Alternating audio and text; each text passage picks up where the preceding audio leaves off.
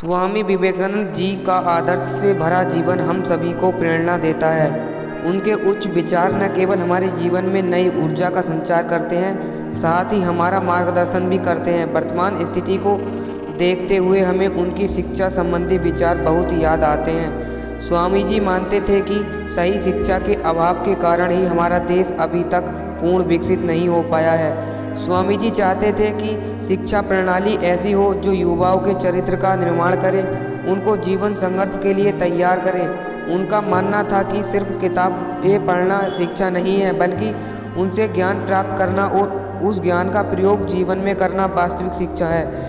स्वामी जी के मत अनुसार वर्तमान शिक्षा प्रणाली से सिर्फ मजदूर तैयार हो रहे हैं, जबकि वे चाहते थे कि शिक्षा ऐसी हो जिससे बच्चे आत्मनिर्भर बने और कमाई के साधन स्वयं तैयार करें। स्वामी जी के शिक्षा पर कुछ मुख्य विचार इस प्रकार हैं। बच्चों की शिक्षा ऐसी होनी चाहिए जिससे उनका शारीरिक, मानसिक और वास्तविक विकास हो। शिक्षा बच्चों की बुद्धि का विकास कर उन्हें आत्मनिर्भर बनाने वाली होनी चाहिए। बालक और बालिकाओं को समान रूप से शिक्षा मिलनी चाहिए। आचरण और संस्कार के माध्यम से बालकों को धार्मिक शिक्षा भी दी जानी चाहिए। देश की आर्थिक प्रगति के लिए तकनीकी ज्ञान भी शिक्षा में शामिल किया जाना चाहिए। स्वामी जी युवाओं में अंततः साहस और शक्ति का संचार करना चाहते थे।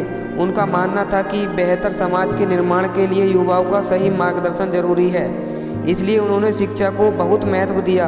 उनका मत था कि हर बालक में कुछ न कुछ संभावनाएं अवश्य होती हैं, ज़रूरत है तो बस उसे पहचानने की और विकसित करने की, जिससे एक लीडर, साहसी और आत्मनिर्भर चरित्रवान युवा का निर्माण हो सके। ऐसे में जब देश का युवा शक्तिशाली और बलवान होगा तो अपने आप ही विकासशील और आत्मनिर्भर देश का निर्माण होगा।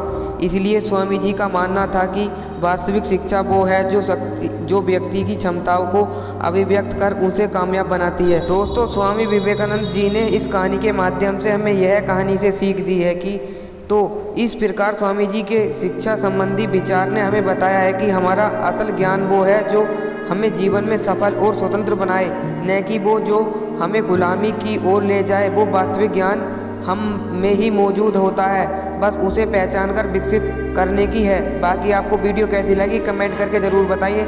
जय हिंद, जय भारत।